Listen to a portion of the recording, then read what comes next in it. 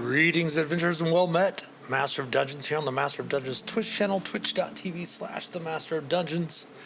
It is Wednesday. It's time for some Tavern Talks with the Shifty Boar. We've been off for a couple of weeks due to the holidays, another feeling a little under the weather. But we're back, and we do have a new playtest packet. It is the 9th overall packet, but it is the bastions and cantrips that we reviewed. The last few episodes of Tavern Talks were not part of the Player's Handbook playtest, because I believe the bastions are supposed to be in the DMG. I'm not sure exactly, I can't remember. But this is the 9th overall playtest, but it is Player's Handbook playtest 8 for the new 1 D&D 5.5, the new books that are going to come out in the 2024 books celebrating the 50th anniversary of Dungeons & Dragons. Again, these just came out, I think, just after Thanksgiving. I have not even had a chance to open it. So I just opened it literally right before we started the stream. That way we can kind of react to it with honest reactions, just with our first thoughts and all of that. You can find this if you join our Discord server, the Master of Dungeons Community Discord server. We do have that in there. If you select the D&D news information, you'll see the 1 D&D playtest material that is in there, the PDFs you can download. You can also go to D&D Beyond and under your sources, click Unearthed Arcana, and you'll be able to download all of the playtest material for 1 D&D there. If you're going to use this for playtest material, make sure to use the 2014, the normal 5th edition Player's Handbook, except for where noted within these rules changes, these documents, these playtest documents. So obviously you want to these playtest rules instead of the standard rules where they apply. The survey for this is going to open on December 11th to be able to go through and put in your own feedback. As it says here, the best way for you to give us feedback on this material is in the survey we'll release on D&D Beyond. If we make this material official, it will be refined. It will be refined based on your feedback, and then it will appear in a D&D book. Providing feedback on this document is one way you can help shape the next generation of D&D. Some different things that feedback has helped with is they went back to Pact Magic with Warlocks.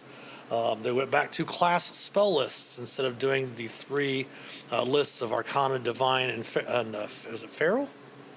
Magic, or something like that. So they went back to the class lists because it was going to be a little difficult to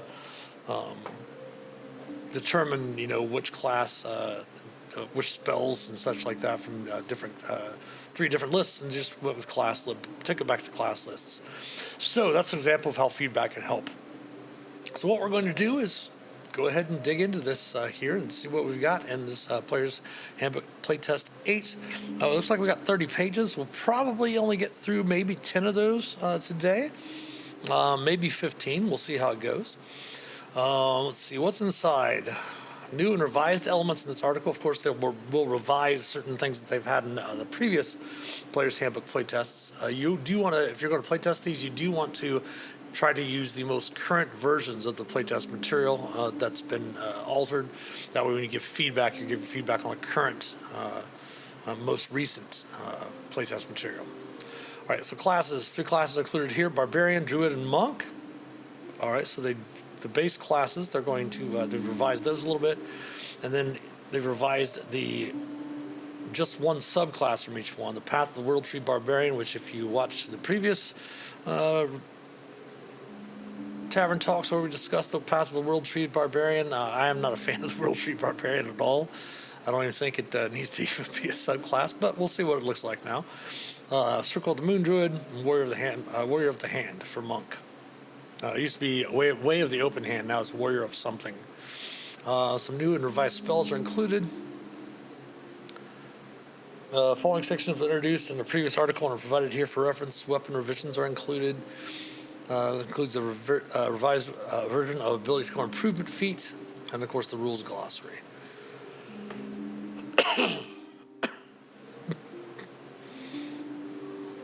How to playtest this? Of course, use the character origins. Of course, use the most updated rules glossary. It doesn't mention that, of course, as well. And then short adventures from Keys from the Golden Vault, Journeys through the Considerable Candlekeep Mysteries are really great one-off ways to test this playtest material. Another way to playtest this material also is Adventures League modules. Adventures League adventures you can buy on the Dungeon Masters Guild. They're anywhere from $3 to like $8. Some of them are 2 hours, some of them are 4 hours, some of them are 8-hour adventures. But if you want to play test some of these materials, easily you can easily fit that into a 2 or 4 hour session playing those adventures as well. All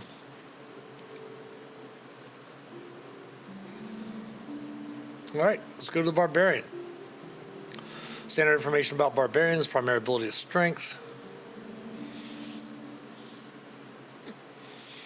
Changes on the Barbarian update. Sorry, man, didn't trim my mustache again. Here are the main updates in this class since the last playtest version. Rage now regains 1 expended rage when you finish a short rest.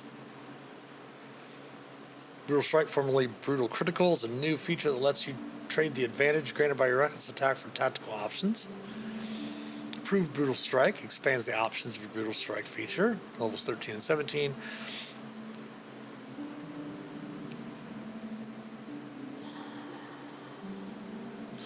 Now, Persistent Rage now restores all of your rage once per long rest. And the unconscious condition, not incapacitated condition, shuts off your rage. That's cool.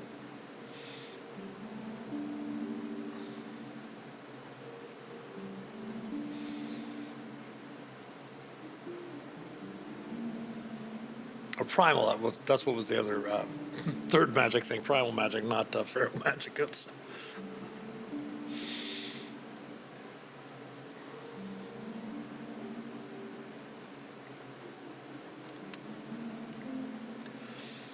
Same thing as always, proficiencies, simple weapons, martial weapons, light armor, medium armor, shields. Of course, things for multi-classing if you decide to play test in multi-class.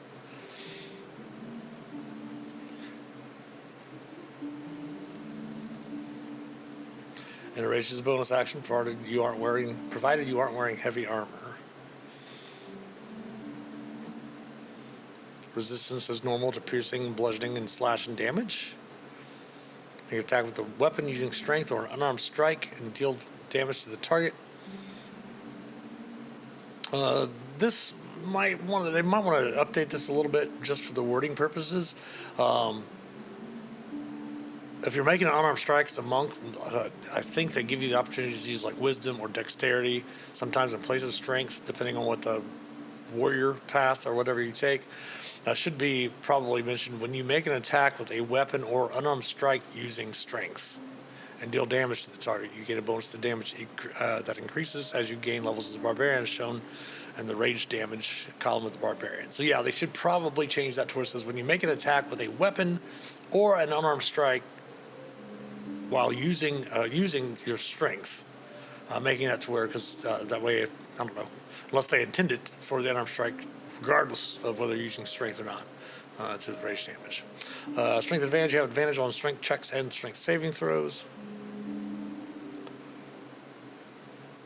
It would be better to put you have advantage on ability checks using strength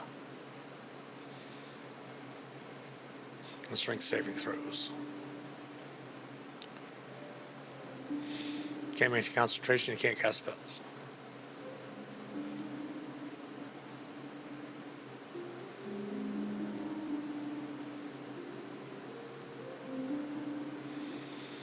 So they didn't change that. I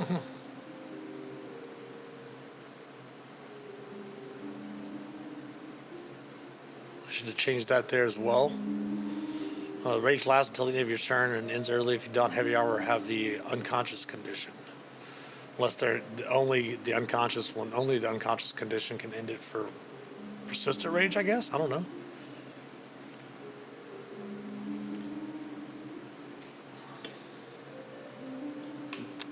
As I did mention in the previous stream, I did like the whole concept of being able to take bonus action to extend your rage. The only question I have for that would need to be, unless they answered it here,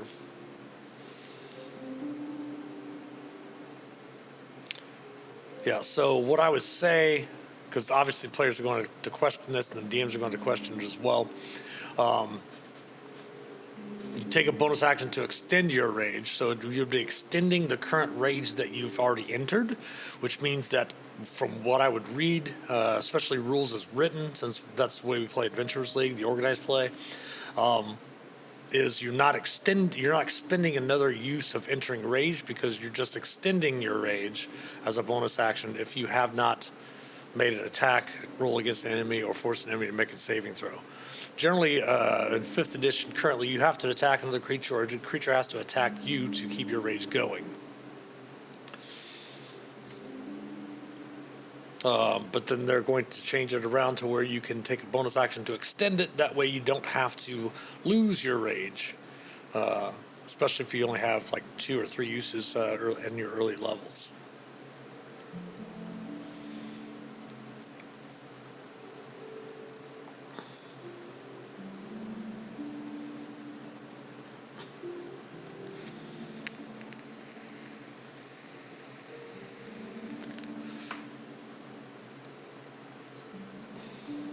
It's interesting that let's say you get one back when you finish a short rest now.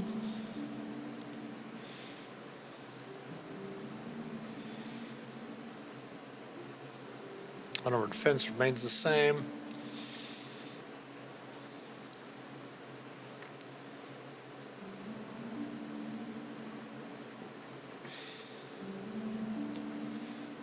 Weapon mastery.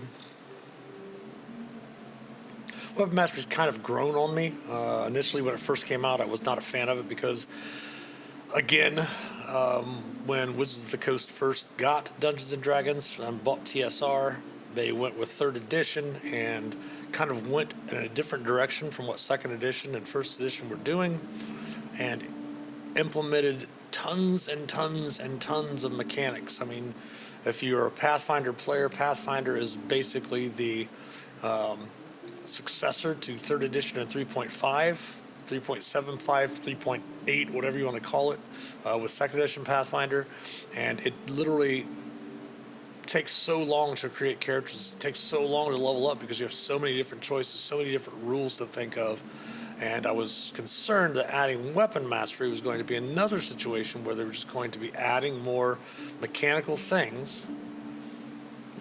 Instead, the reason why I'm such a big fan of 5th edition, pardon me, 5th edition, is it reminds me a lot of early advanced D&D and early basic and expert and companion D&D, the box sets, because the rules weren't as important as the story that the DM and players were telling. And I always feel that the more mechanics are introduced into a tabletop RPG, the more the story is going to be lost. And I mean, that's the whole point of tabletop RPGs. They started off obviously for rules. D&D started off for rules for miniature gaming, to add more depth to the story, as it were. To where it's just, okay, I have 2 armies on the battlefield, they're fighting. Well, what's the story behind the leader of this group or this unit here? And that's where tabletop RPGs came from, was the introducing of backstories and things like that to miniature gaming, and the whole point being more about the story.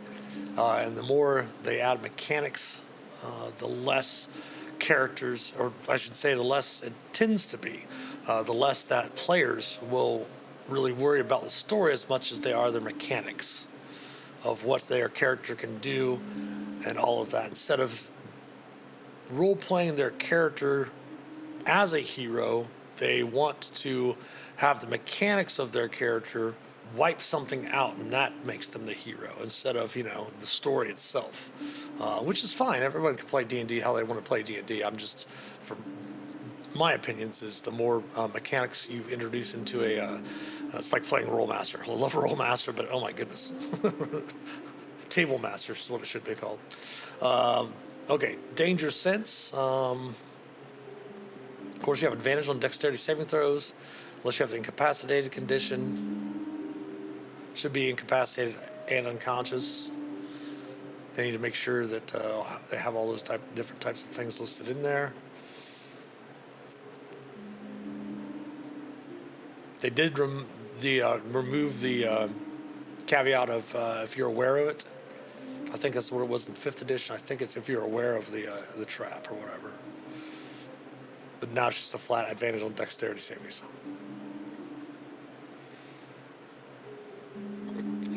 Would you think that would be something that rogues would have as well? Reckless attack.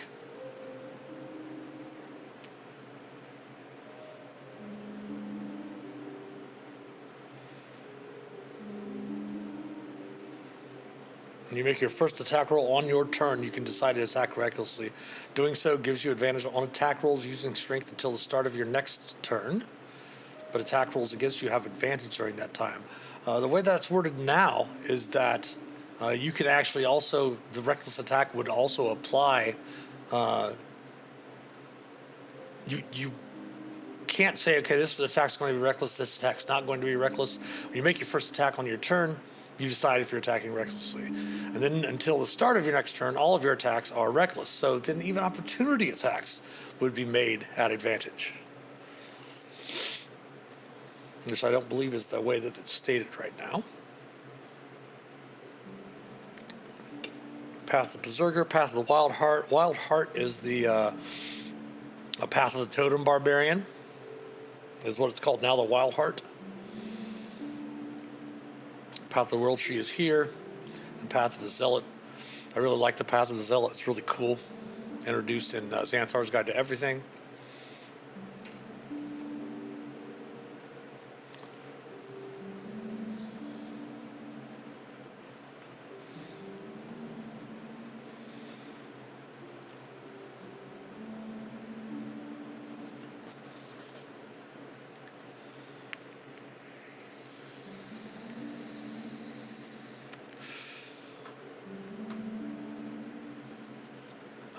Now, when I talk about balancing for the subclasses,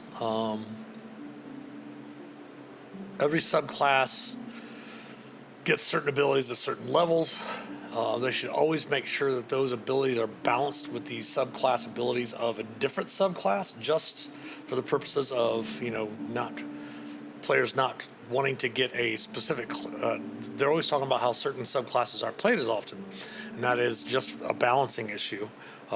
When you look at a specific barbarian subclass, and then you compare it to another one, or each one of their, like, what they gain at this level. Like, for example, we'll go back up here to the barbarian chart here. Like, you get your barbarian subclass at level 3. So then, okay, what happens at level 3 that this subclass gets should be fairly balanced. Just a different option for what this other subclass gets. Same thing for the level 6. Both of the subclasses should be balanced out to where, oh, I'd like to have that, or oh, I'd like to have that, to make them, because if one subclass has a great feature, the other subclass has an feature, people aren't going to play that subclass. So that's what they really, at least in my opinion, should look at in balancing purposes of each of the subclasses. As I mentioned before, with the templates and the way they're set up, 5th edition, it is you're easily able to balance, especially as a DM, and creating your own new classes or your own spells, things like that, just by looking at the 2014 Player's Handbook. Obviously, the Ranger needed a little bit of an update, the Ranger subclasses. But yeah, primal knowledge.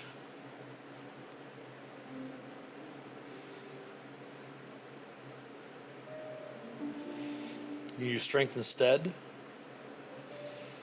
I do kind of like this now because, you could use your strength for acrobatics. Obviously, you'd want to use your strength for intimidation instead of charisma. I don't know about strength for perception or stealth, but definitely for survival is a possibility. My familiar has awakened.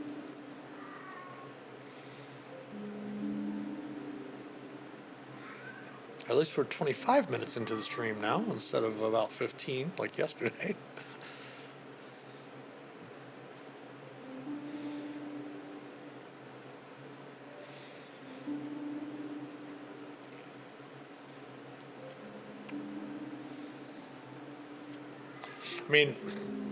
this sentence was literally put in there only because it was like, how would you use your strength on stealth or perception? And that's just, I don't know, that's just a situation where it's like, just drop perception from being on the list.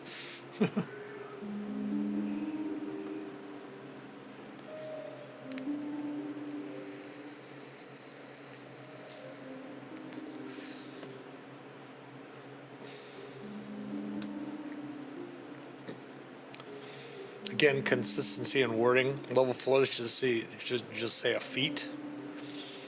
You gain the ability to score improvement feat or another feat of your choice. Extra attack. Fast movement. Feral instinct. Instinctive pounce. Okay, so your brutal strike. This is one thing they changed to allow you different tactical things. If you use reckless attack, you forgo advantage on the next attack roll you make on your turn with a strength-based attack. If that attack hits, the target takes extra D10 damage of the same type dealt by the weapon or unarmed strike. You can cause one brutal strike effect of your choice. Target is pushed 15 feet straight away from you. You can then move up to half your speed straight towards the target without provoking opportunity attacks. Okay, that's to kind of maybe clear, do a little bit of crowd control on a field. Maybe push something back to save your companions, things like that. And see, this is another example of what I was talking about earlier with the balancing of certain things. So many different spells and abilities can push something 5 feet, 10 feet, and 15 feet. What they need to do for those to balance those out is like, okay, tier 1 is 5 feet, tier 2 is 10 feet, tier 3 is 15, tier 4 is 20. That way, all of the different abilities, like for example, if you do a cantrip, there's cantrips that you can pull things 15 feet up to 15 feet away towards you, or push them away. There's first level spell that can push them 10 feet back. So just having that consistency to where you know, okay, if this ability is going to push or pull something at this level, you know exactly how many feet it can go. Because there are certain, like if you do a shield bash, if you just forego your attack and make a shove attack for one of your attack actions, things like that, just so they would have consistency. But it's still pretty cool ability.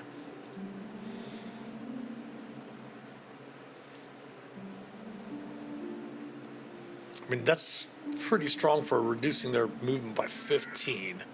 But, obviously this is playtest material. It's all just a playtest to see how it works.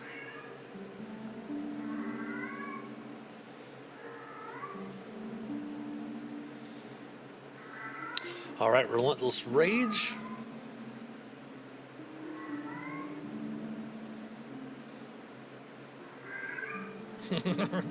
Sorry, I'm just seeing how loud on the microphone my cat's mewing is. All right, let's check out Relentless Rage, and then we'll go check on her and make sure she's taken care of real quick. Relentless Rage, your rage can keep you fighting despite grievous wounds. You drop to 0 hit points while your rage is active. You don't die outright, of course. DC 10 con save. Succeed your hit points instead, change to a number equal to twice your barbarian level. Each time you use this feature after the first, the DC increases by 5. When you finish a short rest or long rest, the DC resets to 10. That's interesting that it gives you back, I think this was in the last playtest, that it gives you back a number of hit points equal to twice your barbarian level. I don't know, I think just a number equal to your barbarian level would be fine, because before I think it was just 0. Or just 1 hit point. You just stay at 1 hit point.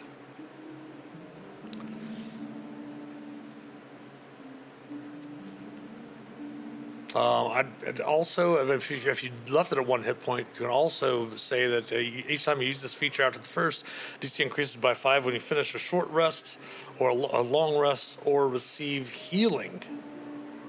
The DC resets to 10. But I don't know. Again, like I said, it's playtest material. I'm going to take a small, short, quick break. We got to a half hour into the stream.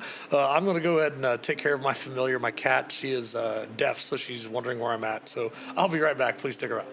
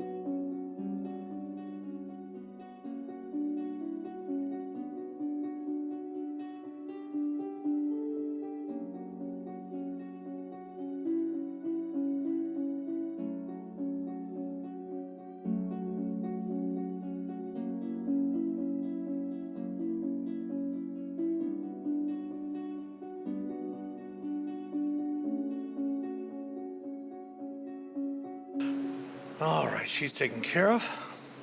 Really need to create myself a scene for taking care of the familiar or something like that for when we go on breaks.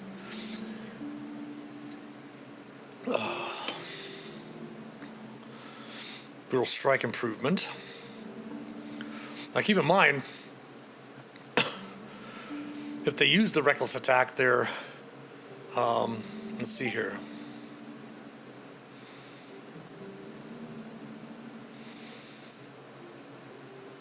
That's something I kind of need to clarify would be like if you use reckless attack, you forgo advantage on the next attack roll you make on your turn, and then get these extra abilities. But my question is, if you don't get the advantage, but do the other attackers against you still get advantage? That's the other question, because basically it is not the whole purpose of using reckless attacks is that you get a benefit, but you also have a detriment as well.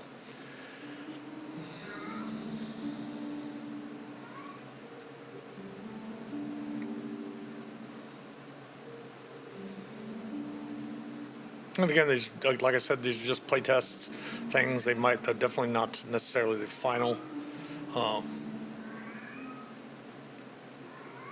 Way it will be final in the books.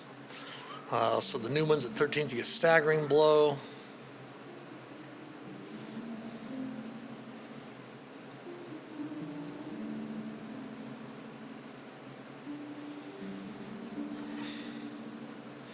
The other thing I'm not a big fan of the fact is that the targets of these do not get any saving throw.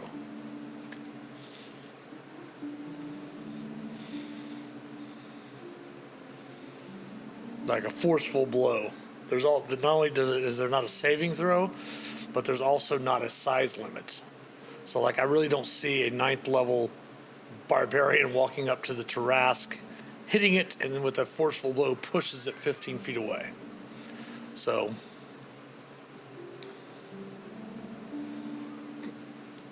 or a giant, something like that. Something that a 9th level, obviously a 9th level character is probably not going to face the Tarrasque, but surely you can see what I'm saying there, like with the size limits and things like that. Most other things have size limits for grappling and things like that. That should apply to these as well.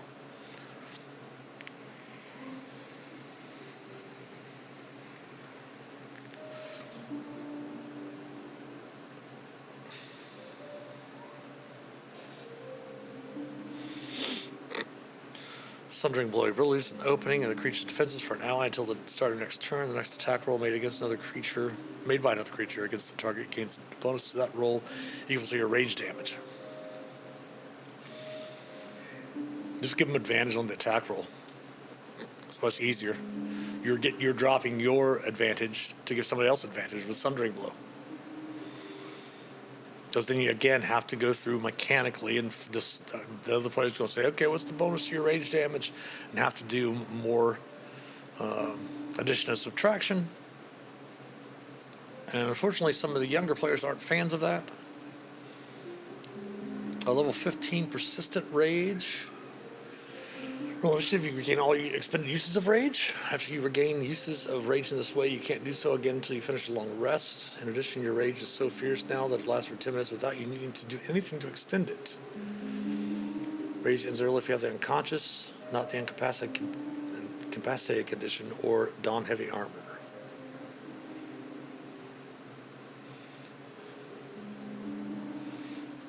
And they already clarified that in the earlier notes, so they could probably just get rid of that.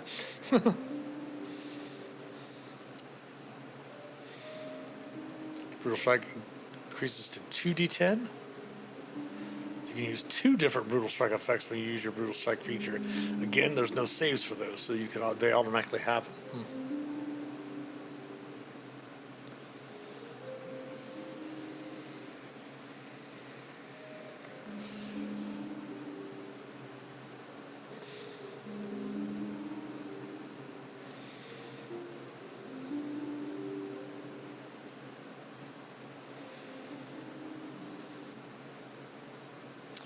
All right, that was the basic barbarian.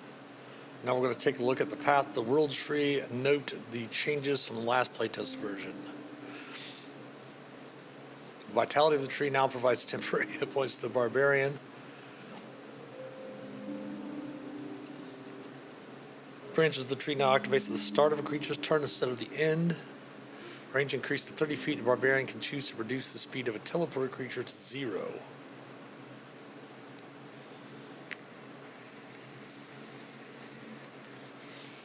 Pattern Goose now applies its increased range only during your turn and only for weapons with specific properties. Feature now clarifies that you can potentially use 2 mastery properties in 1 attack.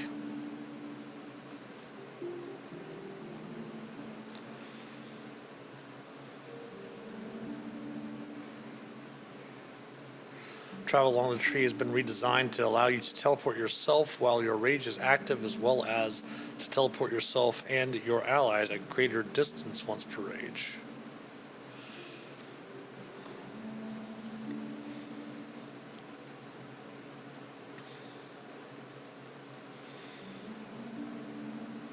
When you activate your rage, you gain a number of temporary hit points equal to your barbarian level.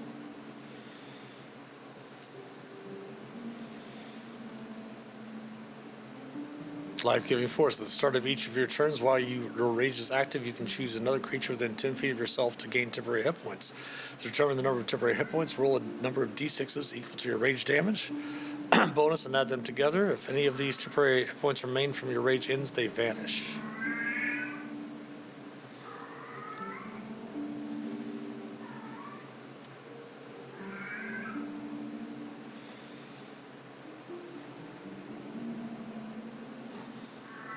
Barbarians that actually give life instead of when they rage. Interesting. While your rage is active whenever a creature, that's level 6, branches of the tree.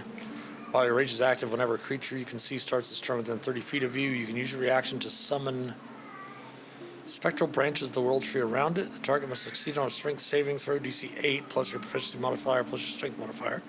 Or proficiency bonus plus strength modifier, or be teleported to an unoccupied space you can see within 5 feet of yourself, or the nearest unoccupied space you can see.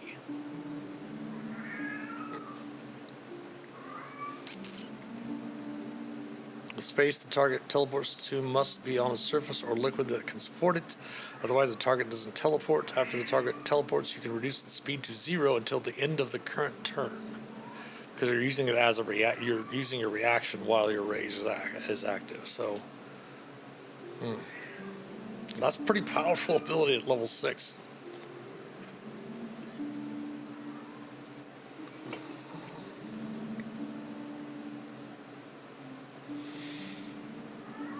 Now they are talking about voluntarily failing a save, but this becomes extremely powerful if you're using your action right before your opponent were to go, and then you're going to force them to make a save or put them right outside or something like that, and then stop their speed and make their speed 0, or use reaction on their turn.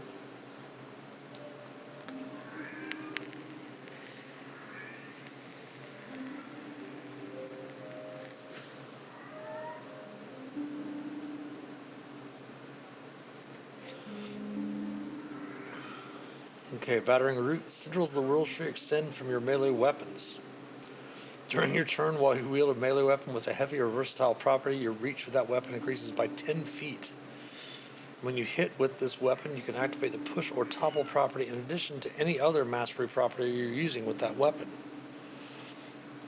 Did you find out where I was, finally? Even though you can't hear me?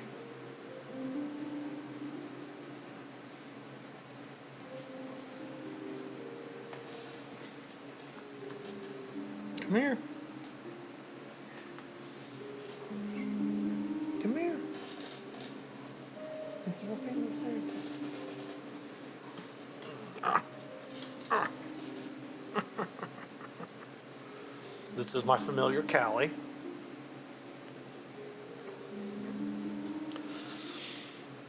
So you can use push or topple in addition to any other mastery property you're using with that weapon. So, a bugbear wielding a glaive on their turn or wielding a halberd, let's say, on their turn, would have a reach of 25 feet.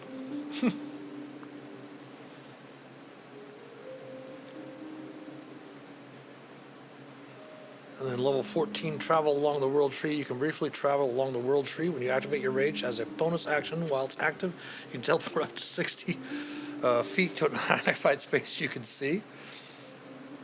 In addition, when you teleport using this feature, you can bring up to 6 willing creatures who are within 10 feet of yourself. The range you can teleport increases to 500 feet. Each creature, nope, off of the desk.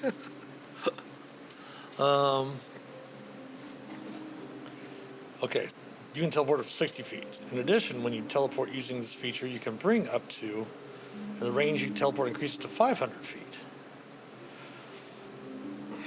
So, interesting, because it says you can bring up to 6 willing creatures.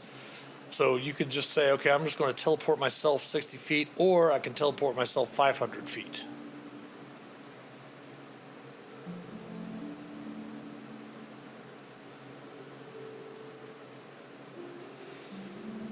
That's why I'm not a big fan of this Path of the World tree, for one.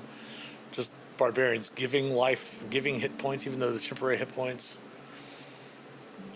And the teleportation thing.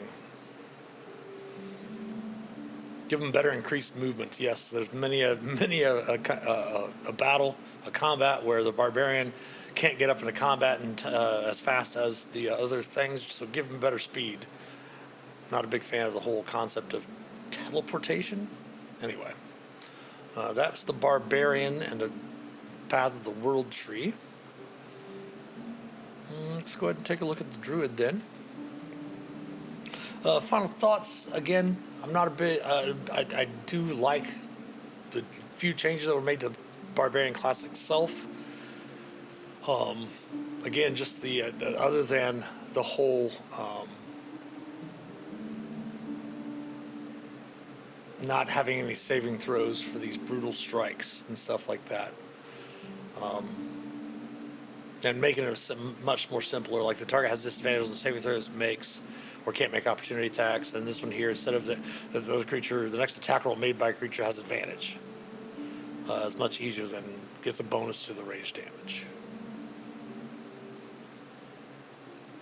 Because it's actually giving them a bonus to their attack roll equal to your rage damage, which just really doesn't make sense. And of course, I'm still not a fan of the Path of the World tree. Again, just my opinions. These are just my opinions here on my channel. Feel free to discuss them if you want to in the Master of Dungeons Community Discord server. That is what the open discussion channel is for. All right, druids. Let's see what the changes are. There we go. Here's some changes.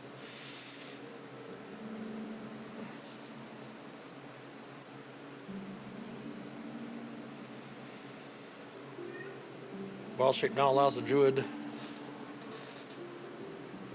What are you doing?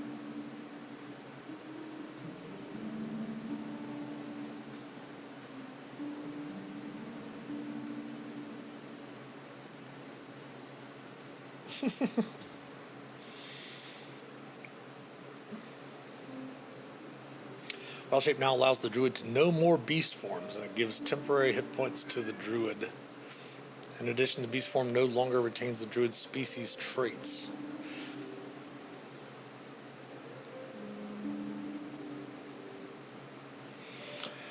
I really liked, and I have played a couple of druids in 5th edition. Again, most of the time Forever DM, but I do have had chances to play a couple of druids, and I really, personally myself, from a player and a DM perspective, loved the concept of, okay, you have a beast of land form at these levels. Once you get to this level, you have a beast of the water. Once you get to this level, you have a beast of the air. That way, each one of them has specific stat block that you get, a specific abilities, and obviously a specific movement speeds. And you can flavor and just allow the players to flavor it however they want. So that if they want to use their beast of land to make it look like some sort of wolf, it's not really a wolf. It's just that it takes on the aspect of the wolf or whatever, or however they want the player wants to flavor it for their character. And you don't have to worry about a bazillion different beast forms and stat blocks and all these different things like that. You just have one stat block for each one. And then maybe give them, when you assume this form, you get 2 different traits or attack forms from this list for a beast of the land, a beast of the air, beast of the sea, things like that.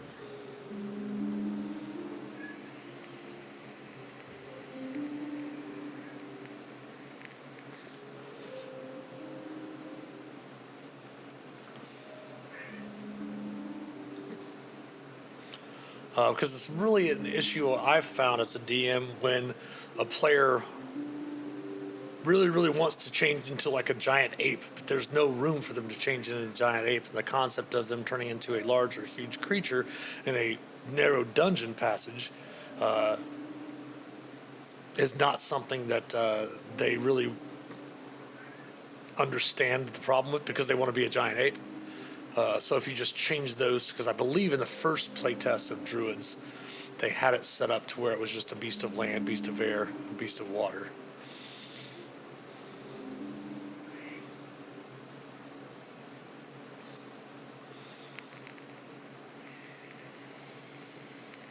And then multi-classing. All right, Druid class features. Probably go ahead and finish up the Druid class features before we go into the Circle of the Moon. We'll save that for next week. Level 1, you know Druidic, the secret language of Druids. While learning this ancient tongue, you also unlock the magic Speak with Animals. You always have the Speak with Animals spell prepared. You can use Druidic to leave hidden messages. You and others who know Druidic automatically spot a message. Others spot the message's presence with a successful investigation check, but can't decipher it without magic. Primal Order.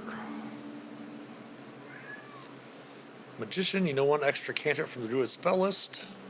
In addition, your mystical connection to nature gives you a bonus to your intelligence nature checks. The bonus equals your wisdom modifier.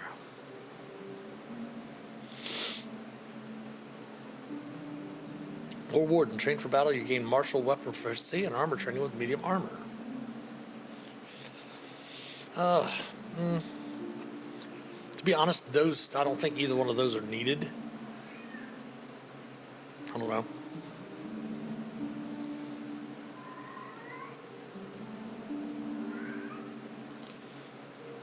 Better yet would be just at first level as a druid, you same thing for clerics. You get to use your wisdom modifier instead of intelligence for nature. Same thing with cleric. You get to use your wisdom modifier for religion instead of your intelligence modifier.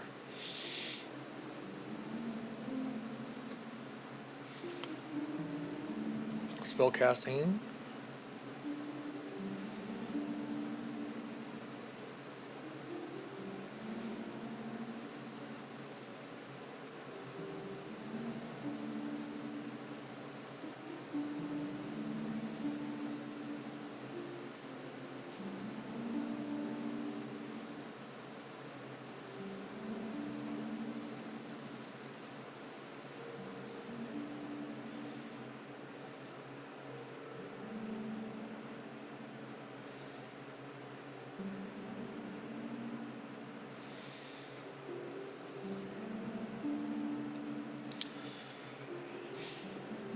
As normal, the druid has access to all of the spells of the druid spells of their level for preparing spells. They don't have to worry about like a wizard carrying a spell book.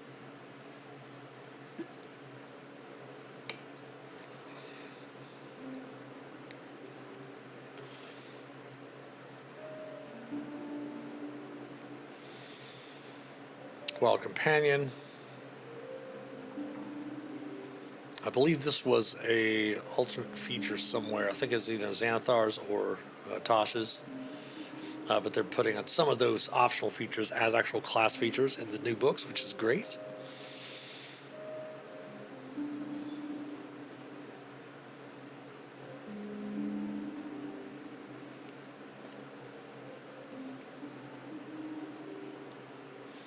bonus action, you can transform.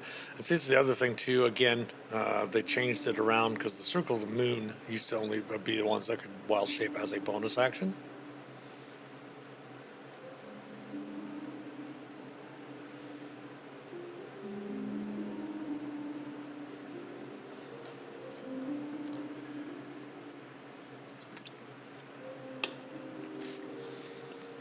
The number of forms for this feature equal to 2 plus half your druid level round up.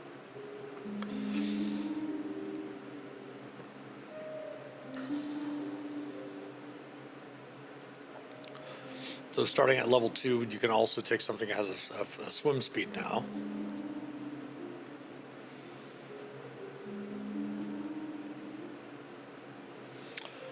Not really sure this is something that really needs to be in there. Whenever you finish a long rest, you can replace one of your known forms with another eligible form.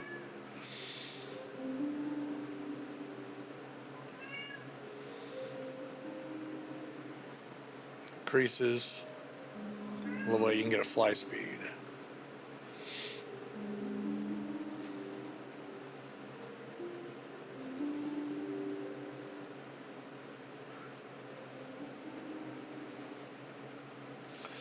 Alright, so here's the changes for the rules while transformed.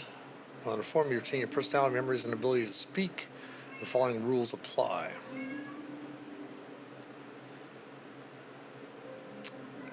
Your game stats are replaced by the statistics of the beat, but you regain your hit points, hit dice, intelligence, wisdom, charisma scores, class features, languages, and feats. You also retain your skill and saving throw proficiencies and use your proficiency bonus for them, in addition to gaining those of the creature. If the creature has the same proficiency as you, and the bonus and its stat block is higher than yours, use the creature's bonus instead of yours. Can't use legendary or lair actions. You assume a wild shape form to gain a number of temporary hit points equal to your druid level.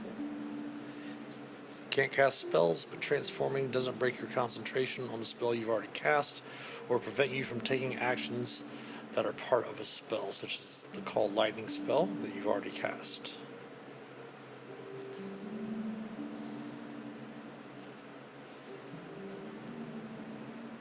Ability to handle objects is determined by the form's limbs rather than your own. In addition, you choose whether your equipment falls to the ground in your space, merges with your new form, or is worn by it. Old equipment functions as normal, but the DM decides whether it's practical for a new form to wear a piece of equipment based on the creature's size and shape. Your equipment doesn't change size or shape to match the new form, and any equipment that the new form can't wear must either fall to the ground or merge with it. Equipment that merges with the form has no effect until you leave the form. All right. Your Druid subclasses are going to be Circle of Land, Circle of the Moon, Circle of the Sea, and Circle of the Stars. And they've redone Circle of the Moon here. Ability score improvement feats 4, 8, 12, 16, and 19. Wild Resurgence. If you have no use of wild shape left, you can give yourself one by expending a spell slot. You can only do so once per turn. In addition, you can spend one use of wild shape, no action required, to give yourself a level 1 spell slot. You can't do so again until you finish a long rest. It's interesting that there's so many different ways that they could do that. In addition, you could spend one use. You should be able to, like, say, for example, you have 5 uses of wild shape. Spend all 5 of them to get a 5th level spell slot back. Or if you have no uses of wild shape, when you roll initiative, you get a wild shape back. Kind of very similar to like rages and stuff.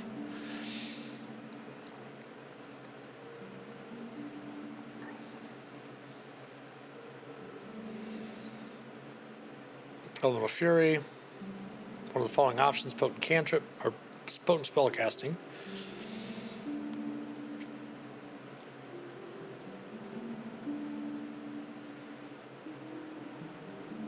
Actually, what would be interesting for potent spellcasting would be you add your wisdom modifier to the damage you deal with any druid cantrip.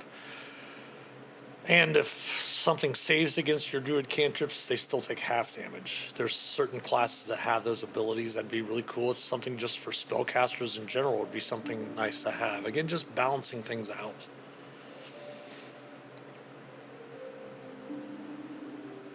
Final Strike. Once on each of your turns, when you hit a creature with an attack roll using weapon or beast form, attack in wild shape, cause it to take extra elemental damage. Commune with nature. You always have commune with nature spell prepared. Like this 9th level ability, for example, compare with other classes' 9th level abilities. How often is a druid going to use? I mean, seriously, answer it in Discord, in our Discord channel. How often does a druid use commune with nature during a 4-hour adventure, let alone a whole campaign? Not very often. So that's just, I don't know, compared to with other 9th level class abilities.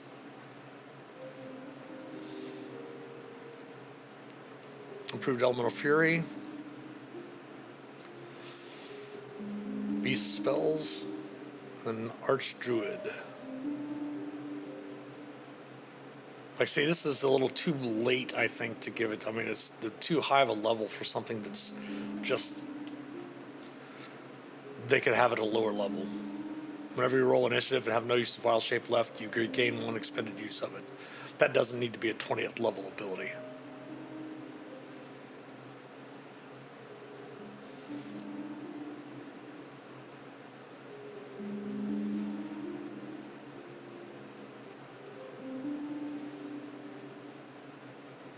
Now, like, see, for example, this right here, they just went a little bit overboard on that.